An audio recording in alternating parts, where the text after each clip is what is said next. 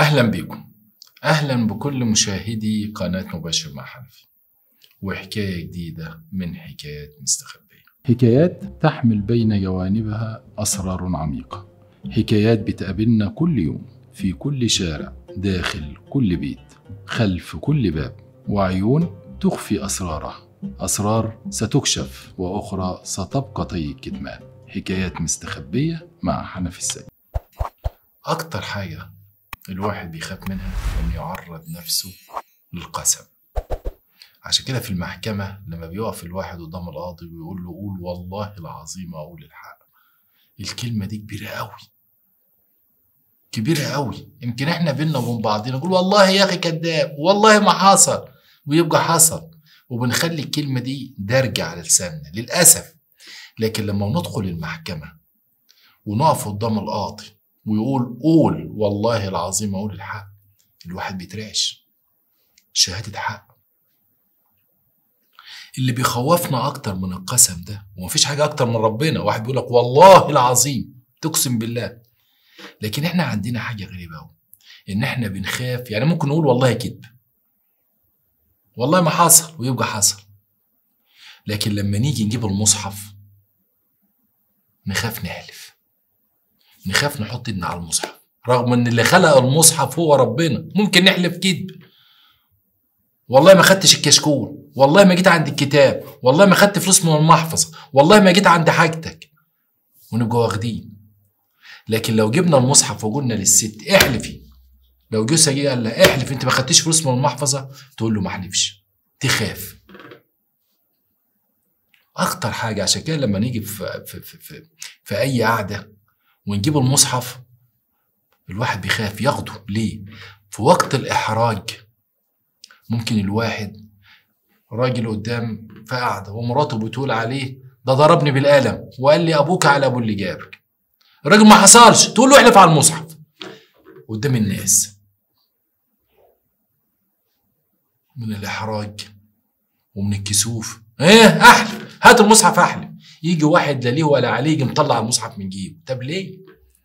ده المفروض لو حد جاب المصحف تقول لا والله ما نعرضش للحلفان. طب لو حلف، هي دي حكاية الحاجة زينب، اللي أول مرة مش معانا نقول أم فلان، لا، المرة دي الحاجة زينب اللي هي اتجوزت ومخلفتش. عايزين نسمع حكايتها ونسمع روايتها. وهي ست أنا بشكرها إن هي عندها 53 سنة وبتكلمني وبتحكي معايا وبتحكي لي سرها اللي دفناه بقيله أكتر من 10 سنين. عايزين نشوف حكايتها ونشوف نقدر نقول لها ايه في حكايات مستخبية. نسمعها ونشوف أختنا زينب وهي بتحكي ونشوف موضوعها. السلام عليكم. أنا ربنا ما كتبليش إن أنا أكون أم، حرمني منها. ربنا هو العدل، وبقول الحمد لله، ربنا ما بيظلمش حد. بس أنا ما عنديش عيال واتحرمت من الخلفة، رغم إن أنا حلوة وكنت في شبابي ما فيش زيي. وده اللي خلى إن واحد من الكبار أو واحد يعني محترم وعنده أرض يطلبني من أبوي. أنا أهلي على قد حالهم، بس كان راس مالي جمالي، شبابي، مش متعلم، لكن كان جمالي هو سلاحي. وأنا كنت واخدة بالي من نفسي جو، من جسمي، من شكلي، أحب دايما أخلي نفسي حلوة على طول. فمن سن 18 سنة جالي ابن الحلال، عندهم طين وعندهم خير وعندهم سعية في البيت، مبسوطين في جو ريف. أبويا فرح وأمي فرحت، ما كانش لينا الجوازة دي. كنت أقول لها يا باي ليه ما لناش الجوازة دي؟ يقول يا بنت احنا نحلم، احنا ناس على جدين، ده لو مجرتين الأرض اللي بنأجرهم ما كناش هنعرف نعيش، احنا ما عندناش أرض ملك، وانت رايحة لخير وأرض ملك وسعية. يا بنتي انت ربنا بيحبك. الحمد لله يا باي. كنت فرحانة أصلا، مش عشان أنا صغيرة وفرحانة بالفستان، كنت فرحانة على فرح أبويا وأم أبوه وفرح أمي. على اساس ان مادام هم دول فرحانين يبقى انا في حاجه كبيره قوي. وفعلا فرحتهم كان ليهم الحق فيها. اتجوزت من الشاب ده، حياه حلوه مستريحه، اللبن، البيض، اللحمه، الفراخ، السمك. ده احنا كان ابويا لما كان يجيب فرخه كنا نبقى هنزغرط، وامي تقول بكره ما يجيب فرخه يا ولاد، كنا ننام واحنا فرحانين ان بكره هناكل فراخ. دلوقتي يوم لحمه ويوم فراخ ويوم سمك. انا كنت حلوه وانا ما كنت بنص بطن. لما رحت عند جوزي بان عليا النعمه. تصدقوا انا كنت بيض ابيضيت اكتر، وكنت حلو احلويت اكتر، والدم بقى بيطج من وشي. وكانت حماتي تقول لي احلويتي عندنا يا زينه، اقول لها من الراحه وعشان ابنك بيراعيني. وفعلا جوزي ما كانش فيه اتنين يختلفوا عليه، ادب واخلاق، كان راجل. وعشنا والحمد لله رب العالمين. بس عدت سنه والتانيه واحنا عندنا الخلفه والعزوه شيء مهم للراجل، واخواته كلهم متجوزين ومخلفين. اشمعنى انا؟ ده اخوه الصغير اللي اتجوز من بعده مراته دلوقتي ماليه وشايله الواد على ايدها وبطنها مليانه بالخير، حامل، وانا مفيش. جرينا على الدكاتره كتير، وياما جوزي خدني مصر ورحنا عند اكبر الدكاتره. سبحان الله مفيش. هو سليم وزي الفل، وانا ربنا ما رضليش، والحمد لله رب العالمين. وانا كنت بحبه، وانا كنت عارفه ان هو لازم يتجوز، كان لازم يتجوز. بس انا كنت ناصحه شويه، ما اتعلمت الصحيح بس واعيه. قلت تيجي مني. رحت لحماتي بقول لك يا حماتي، ايوه يا بنت، انا عايزه جوزي يتجوز عليا. كبرت في نظرها وكبرت في نظر اخواته كلهم. لقيت حماتي بتقول لي بتتكلمي جد يا زينب؟ ايوه، انا بحب ابنك، ومادام بحبه اتمنى له السعاده. انا الدكاتره كلهم ما قلت لهمش انا ماليش في الخلفه، وجوزي ما قالش لاهله. جوزي كان لما يروح نكشف ونرجع يقول لك لسه ربنا ما اردش، عشان ما يجرحنيش. انا قلت لهم الدكاتره قالوا لي ان انت هتاخر، وانا عايز اخلي جوزي فرحان. كانت حماتي شايلاني وحمايا شايلني. وفعلا جوزي قال لي مش هتزعل يا زينب؟ قلت له لا ما زعلش، ده شرع ربنا. وفعلا اتجوز، وفعلا جابها في البيت، وعشنا والحمد لله مبسوطة. وجاء أبوه مات، وجات أمه ماتت، وجاء أبويا مات، وأمي ماتت. دنيا. لقيت نفسي وحيدة. أنا كنت بعتبر حماتي وحمايا هم أبويا وأمي. بعد أبويا وأمي ماتوا. جوزي بقى مشغول بعياله ومشغول بمراته، وأنا مفيش. صحيح بيديني نصيبي أكل وشرب حقي، بس مش معايا، بيدوم لي قضيان واجب. المهم في الوقت ده أنا في البيت ما كنتش بلبس الدهب. ألبس الدهب ليه؟ من فرحتي. هتزين بيهم لمين؟ جوزي مع مراته وحماية وحماته مات، فكنت شايلهم. وكان اخوات جوزي فين دهبك؟ اقول بعته، صرفت فيه. ما مش لابساه. وعدت الايام وكبروا العيال ولاده. هو امهم كانت بعدهم عني، يعني ما اعرفش، كانت خايفه من الحسد، خايفه احسن احسد العيال، خايفه ان انا مثلا تجرحني. هي في حالها بامانه، يعني عمرها ما حصل منها غلط معايا بامانه. يعني صباح الخير صباح النور، مفيش اكتر. احنا عندنا البيت كبير، يعني مفيش احتكاك، بس كانت عايشه في حالها بامانه يعني.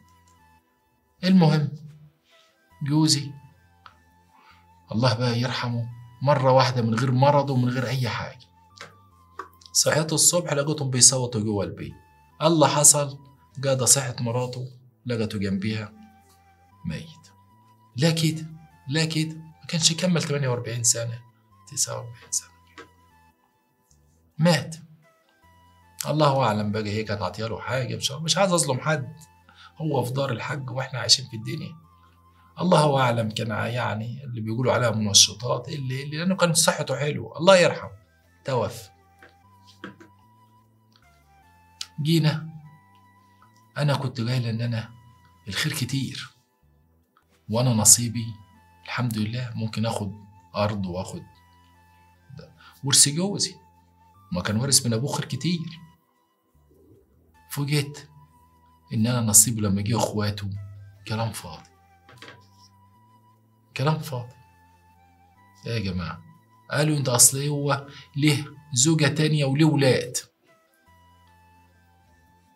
شوف متجوز عليكي ايوه، وعنده 3 عيال وبنت ايوه، ما هم كل دول هياخدوا، مراته هتاخد وعياله هيجشوا وانتي ده يعني ايه؟ كل ما يا زينب ده حاج ربنا، شرع ربنا يا زينب، ولاده بياخدوا كل حاجه وانت الزوجه بتاخدي التمن. التمن من الخير ده كله؟ ايوه يا زينب، ما هو انت التمن قليل عشان ليه ولاد ذكور وليه بنت وليه زوجه تانية. قلت لا ما ينفعنيش القسمه دي، انا هروح واشكي. ولا بتشكيش ولا حاجه، هما كانوا الله يعني يساعدهم كانوا حلوين معايا. اسال يا زينب عشان احنا مش هنظلمك يا بنتي. فعلا رحت سالت المحامي، قلت له جوزي سايب ارض وسايب عربيه وسايب وشقه في مصر وشقه هنا وعندنا شقه في اسكندريه معانا. اول ما سالني انت زوجة عن متجوز عليكي؟ قلت له ايوه متجوز. مخلفه؟ قلت له لا مش مخلف.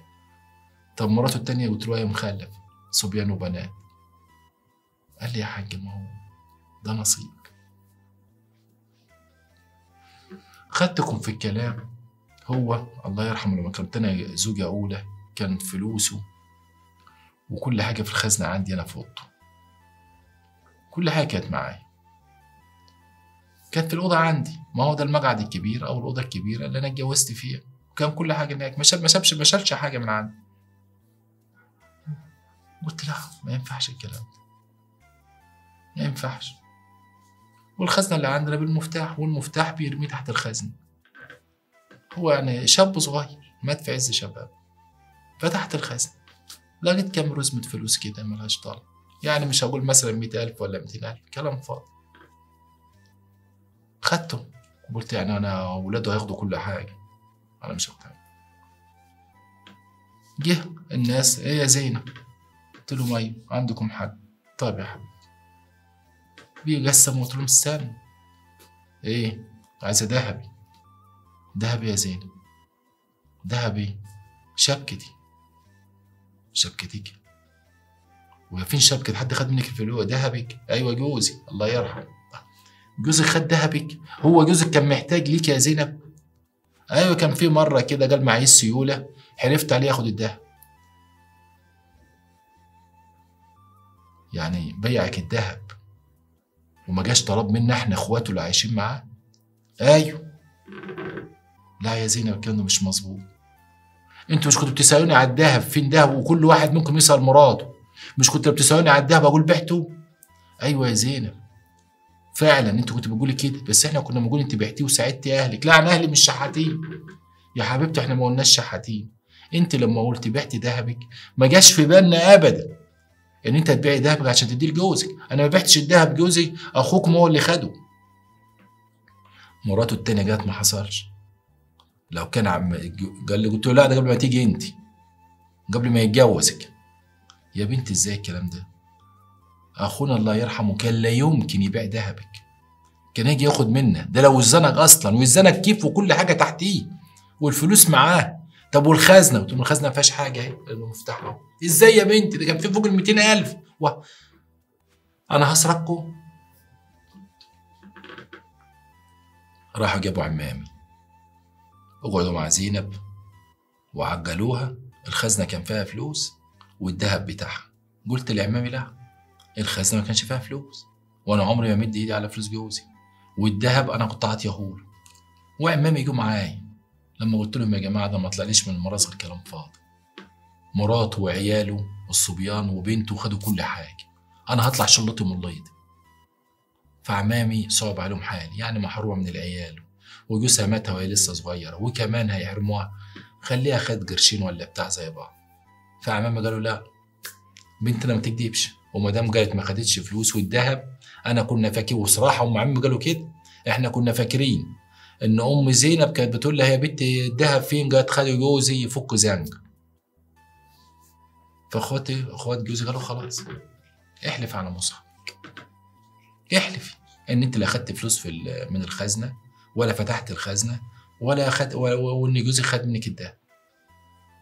ودي كانت المصيبه اللي انا لغايه دلوقتي جيت احكي لكم عليها، من احراجي من اخوات جوزي ومن سلايفي ومن مراته، مرات جوزي الله يرحمه. قلت لهم ايه احلف، وجريت انا بنفسي الاوضه جبت المصحف بايدي، ايدي اللي عايزه اقطعها دي انا اللي جبت المصحف، قلت لها وحياتك يا ختمه وحياتك يا مصحف هو اللي واخد مني الذهب، ومديت ايدي على الخزنه. قالوا خلاص ذهب بكام؟ قلت لهم كان جايب لي 100 جرام ذهب، طبعا 100 جرام ذهب من زمان دلوقتي. خدي فلوس، قلت لها انا عايزه ذهب، ماشي جابوه لي. والفلوس اللي في الخزنه انا ما خدتش حاجه. وقعدت ارتضينا وصاحبنا بعد كده، واديني عايشه ومفيش، حتى عايشه معاهم يعني بامانه برضه، قاعده في الاوضه بتاعتي وعايشه معاهم في كل حاجه. بس انا عدى دلوقتي فوق ال10 سنين، كل ما اتفكر طب انا من واكله شاربه في خيره الله يرحمه، والذهب في الدولاب عندي جوه، طب كان لازم طرح الفهم. طيب اقول كفاره يمين، بس كفاره اليمين لازم ارد الحق لاصحابي، ما اقدرش اروح اقول لاخواته سامحوني الذهب ده مش بتاعي والفلوس دي مش بتاعتي، ما اقدرش، ده انا حلفت قدامهم على المصحف. واعمل لي مع سلايفي ولا سلفتي ومع مرات جوزي؟ طيب قلت مثلا اهادي العيال، طب اهادي العيال ولاده بقى هروح اديهم ذهب وفلوس، هيقول لي منين؟ وهقول لربنا ده انا حلف على كتاب الله اني لما فتحت الخزنه ولا خدت الذهب، وان هو اللي خد الذهب باع.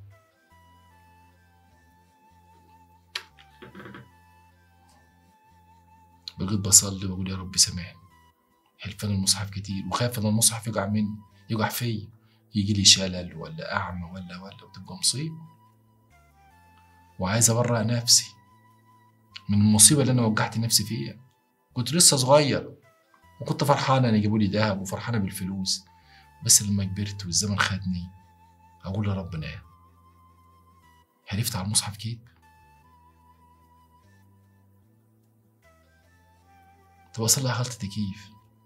تصليح الغلط يبقى انا حراميه، تصليح الغلط ما انا لازم اعترف. لو انا عايز ابرأ ساعتي قدام ربنا هاخد لهم الفلوس والذهب، والفلوس عندي والذهب عندي، خدوا يا جماعه انا كدبت وحلفت على المصحف كده. طب هوري وشي فيهم كيف؟ هعيش في وسطهم تاني كيف؟ هقول لهم ضحكت عليكم وهم هينسوا لي حلفان المصحف؟